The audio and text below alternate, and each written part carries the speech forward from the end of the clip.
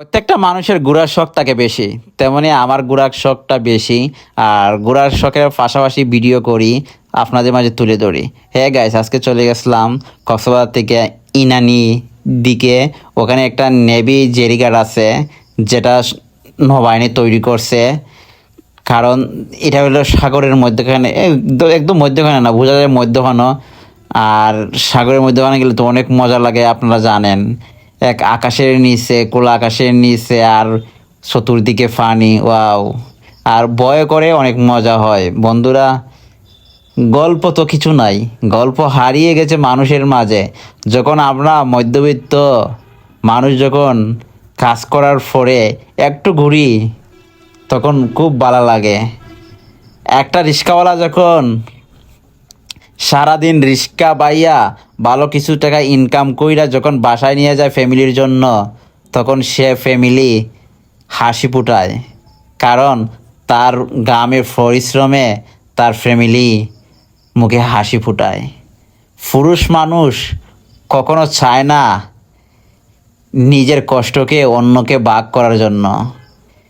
পুরুষ যতটা কষ্টে থাকে না কেন, তারপর কারোর সাথে শেয়ার করে না। কারণ শেয়ার করলে হয়তো তার ফ্যামিলি জানবে। তেমন আমরা যে পুরুষ মানুষ হয়তো ঘুরি, কিন্তু আমাদের ভিতরে কতটা কষ্ট লুকিয়ে আছে কেউ তো জানে না। কারণ বলার কোনো প্রয়োজন মনে করি না।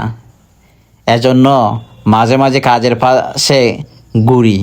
ঘুরলে মনটা ভালো লাগে, বোঝা যায় প্রবাসে আসি না, দেশে আসি না। মানে আমরা যারা দেশ থেকে অন্য জেলায় অন্য বিভাগে কাজ করি, এটাও একটা প্রবাস। যারা প্রবাসে কাজ করে, এটাও প্রবাস।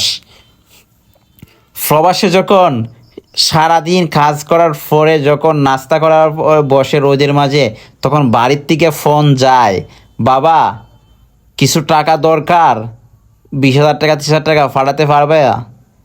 তখন আপনি না করবেন না। হে আম্মু, হে ভাইয়া, হে আপু, পাঠাবো, সমস্যা নাই। তখন তার ফ্যামিলি জানে না আপনি এখন কি করেন, আপনি এখন কি কাজ করেন, আপনি এখন কি বাসায় নেই না রুমে শুয়ে আছেন, তারা বুঝে না। আপনার শরীরটা যখন অসুস্থ থাকে, তখন আপনি ফ্যামিলিকে বলবেন না আমার অসুস্থ মা, আমি টাকা পাঠাতে পারবো না, আমি ভাইয়া টাকাতে পারবো না, এটা বলেন না। কারণ ফ্যামিলি কষ্ট পাবে। ফ্যামিলি হাসি ফুটাতে, ফ্যামিলির মুখে হাসি ফুটাতে, এজন্য প্রবাস জীবনের কষ্টগুলা মানুষের লুকিয়ে চাপে রাখে। প্রবাস মানুষ বেশি অংশ স্টক করে কেনে জানেন?